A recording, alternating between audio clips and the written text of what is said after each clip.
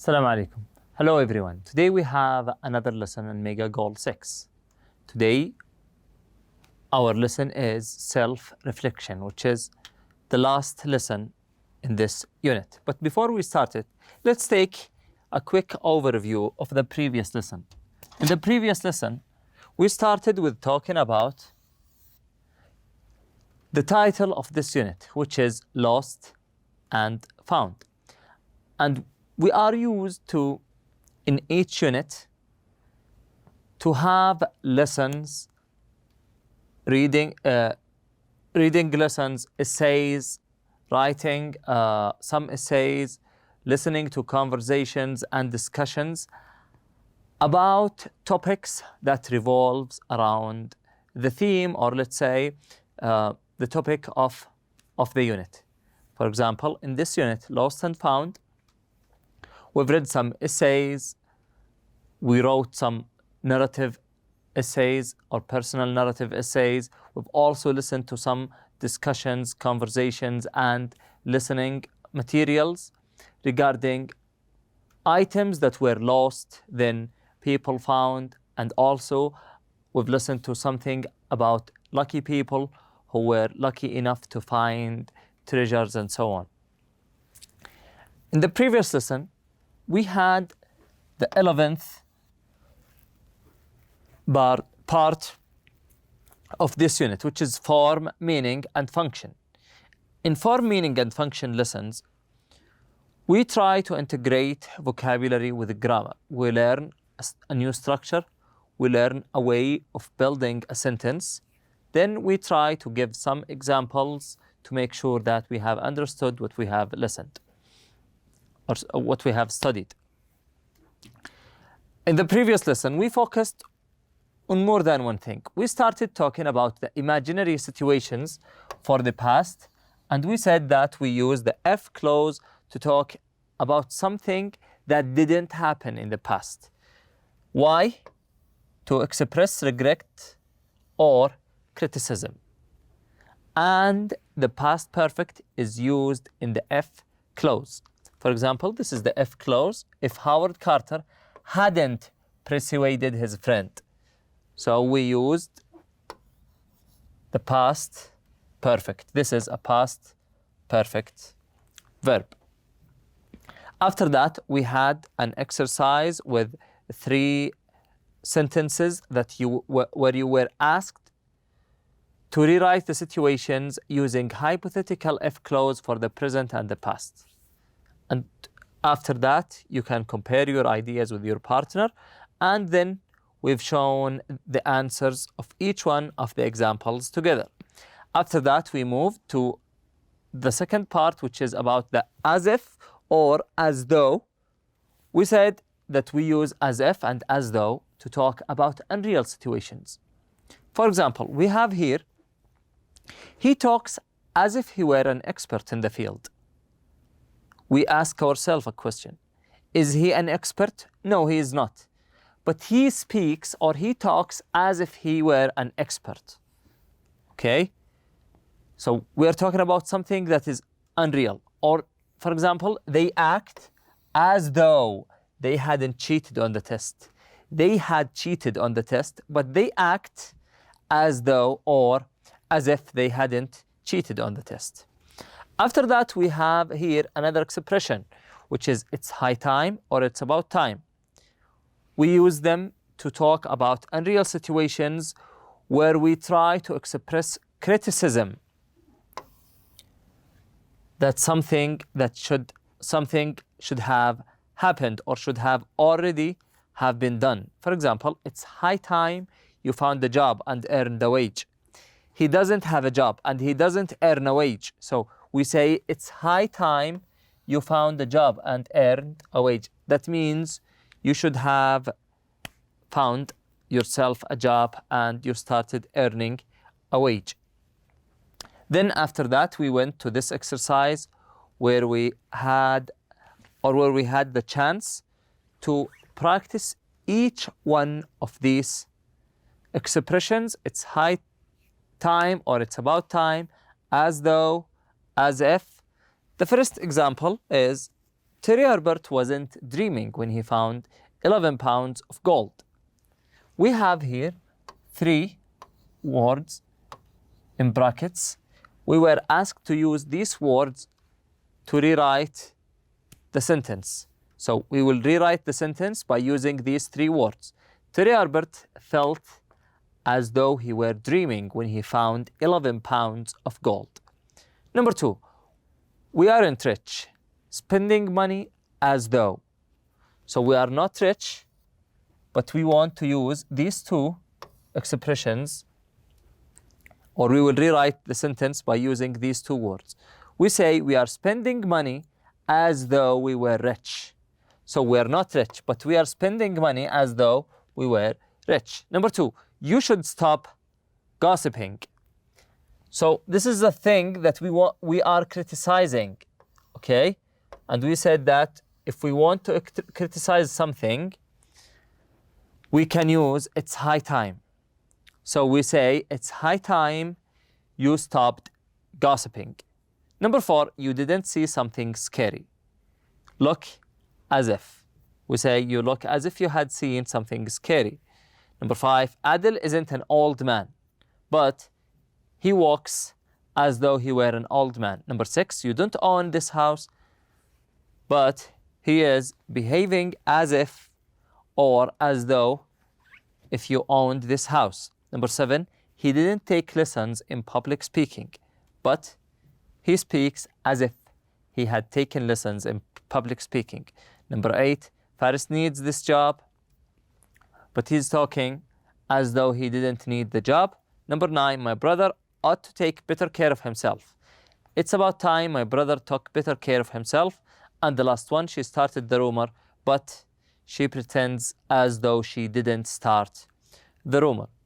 After that, we have here a list of words. What are these list of words? They are words connected with historical monuments. If you are interested on the monuments or in history in general, or in archaeological areas, or let's say ancient places or historical areas, you are more likely going to use these words. So we are going to read these words together and try to know how to pronounce each one of them. The first one, ancient, ethnographic, exquisite, extraordinary, priceless, breathtaking, legendary, tomb, exhibit, artifacts, lost treasures, museum, art gallery, monuments, archaeologists, historians, Egyptologists, king, queen, pharaoh, discover, preserve, photograph, record, search, exhibit, and reveal. All these words are used usually in the historical monuments. After that, we've had an exercise where we practiced and used the previous words, or we put the previous words in the blanks. On the left side, we have Jeddah Regional Museum of Archaeology and Ethnography. And on the left side, the Egyptian Museum of Antiquities in Cairo. And the answers, or the correct answers for the gaps, are as shown here on the board. You can take some time looking at the board, try to correct the mistakes if you have some. And now let's go to the last part of this lesson, which is going to be about the inversions. We use the inversions to show emphasis. To show what? To show emphasis. If you want to emphasize on something, we use the inversions. Or the inversions are one of the ways of showing emphasis. In this sentence, or in the inversions, we write the sentence in a different way. We start the sentence, or we put the auxiliary verb before the subject. the subject. What are the auxiliary verbs? Auxiliary verb like do, does and did, have, had and has, can, could, shall, should, and so on. All these are called auxiliary verbs or auxiliaries.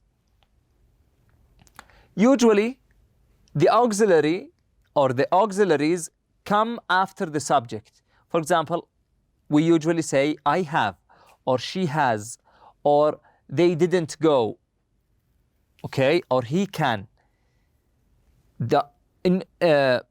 Usually, the auxiliary come after the subject, but in the inversions, the auxiliary come before the subject. It comes before the subject. We will start with the first sentence. Not only did they, okay? It's not a question, it's an inversion. We don't say not only they did, we say not only did they find exquisite paintings, but they also found furniture when they opened up the tomb. Number 2, no sooner had they decided to give up than they saw a sealed door leading to the tomb. Little did they know that they would find some steps buried under an ancient hut. Not until I heard their story did I understand the hardship they must have suffered. On no account or under no circumstances should they give up the search. Seldom have I been so lost for words. Never have I seen something so remarkable. And after that, we had this exercise where we rewrote each sentence using the inversions together. Today we have the last part in this unit, which is lesson number 13. It is called self-reflection. So it is something you can do by your own. Self-reflection. What does it mean? If someone say, I want to reflect upon something, what does that mean? It means that you stop after doing something, you stop, you ask yourself questions, you try to think and rethink about what you have done, what you have learned, what was difficult, what wasn't difficult, what did you like the most, what was something that you didn't like, okay? This way of thinking is called a reflection. So in this part, we will do some self-reflection. We will try to go through what we have studied in this unit. We will ask ourselves some questions. We will try to understand what are the difficulties we have faced so we can work harder in the next times and try to make them easier for ourselves. We will also think about the vocabularies or the words that we like the most, the words that we think they are the most beneficial for us more than the other new vocabulary. Now let's go to the first chart. In this chart, we have 2 columns. Things that I liked about Unit 6, things that I didn't like very much. For example, you can now pick up your pen, start thinking. What are the things that you liked about Unit 6? Personally, I liked the stories about the lucky people who were lucky enough to find treasures and how they find all these treasures by accident. This is a part I really liked in this unit. Okay, now let's talk about you. What are the things that you liked the most in this unit? And how about the things that you didn't like very much? Okay, so think about that. You can write them down. Always feel free to pause the video, write down whatever in your mind, then after that resume and go back to continue with us. Then we have things I found easy in Unit 6 and things that I found difficult in Unit 6. For example, you can say that I found the listening materials very easy on this unit. The conversation was easy, and also all the phrases, all expressions and new words that were written in bold or written in blue in the conversation were easy, and you liked them and you started using them. That means you found them easy and beneficial. How about the things that you found difficult? For example, you can say, or anything, you can write down anything that you faced some difficulties with. For example, you can say, the inversions wasn't easy for me because I'm taking it or I'm learning it for the first time. So I need more time to process the inversions and understand it profoundly. Then after that, we have Unit 6 checklist. In this chart, we have a checklist, and then we have 3 columns. I can do this very well. I can do this quite well. I need to study or practice more.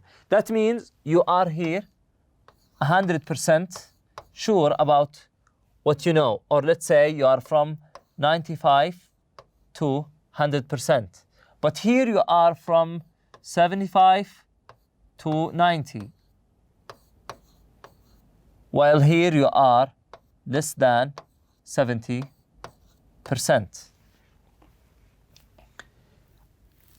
Let's start with the first part in this checklist. The first criteria is conduct an interview. Can you conduct an interview? This is a question for you. I can't answer this question. And there are absolutely no right and wrong answers. This is where you put yourself. Do you think you can do this very well? You can do it without facing any problems? Or you think you can do it quite well with minor mistakes? Or you need to practice more? Check the one that you think you are in. Number 2, express regret. If you want, we have studied in the previous lesson, and also we revised in this lesson, the imaginary situation, when we use the F clause in imaginary situation to talk about something that didn't happen in the past. We said that we use it to express regret. Do you think you can express your regret regarding something in the past? And put yourself wherever you think you are. Number 3, express understanding. When you understand something. Okay, using where and when in adjective clause.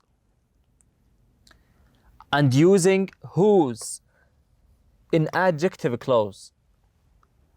And use conditional sentence with F clause in the past time, not in the present. In the past time, we said that we use the past perfect or the verbs in past perfect in the F clause and so on. And we use it, or we use this way of expressions to talk about something in the past to show our regrets or criticism. And after that, we have studied as if or as though, and we said that we use as if or as though to criticize someone. Do you think that you can use as if or as though properly? If you can do this very well, then you are here. Or in the other parts. Use a range of inversions. Inversions is the last thing we have studied. So where do you think you put yourself in the middle or the front? Talk about historical monuments. We've had a list of words that are related or mostly used with the historical monuments. After that, my 5 favorite new words from Unit 6. In Unit 6, we've had listen and discuss. We've also had an essay. We also had a conversation lesson, listening. Also, we've had a vocabulary building lesson. So we went through a lot of lessons where we ran into new words. So I'm pretty sure that you have a group or a list of words that maybe you find them beneficial, that you can use in your daily life or in your areas of interest. So I want you right now to write a list of 5 words that you like the most. If you are not sure about these words, you can read through the unit again. Go back to the start of the unit or to the beginning of the unit and then start reading again. Listen to the audio materials, study the grammar and functions, ask your teacher for help if you're still not sure about that. But make sure to list the 5 words that you like the most here. Thank you all for attending our lesson today, and I wish you enjoy the rest of the day. Assalamu alaikum.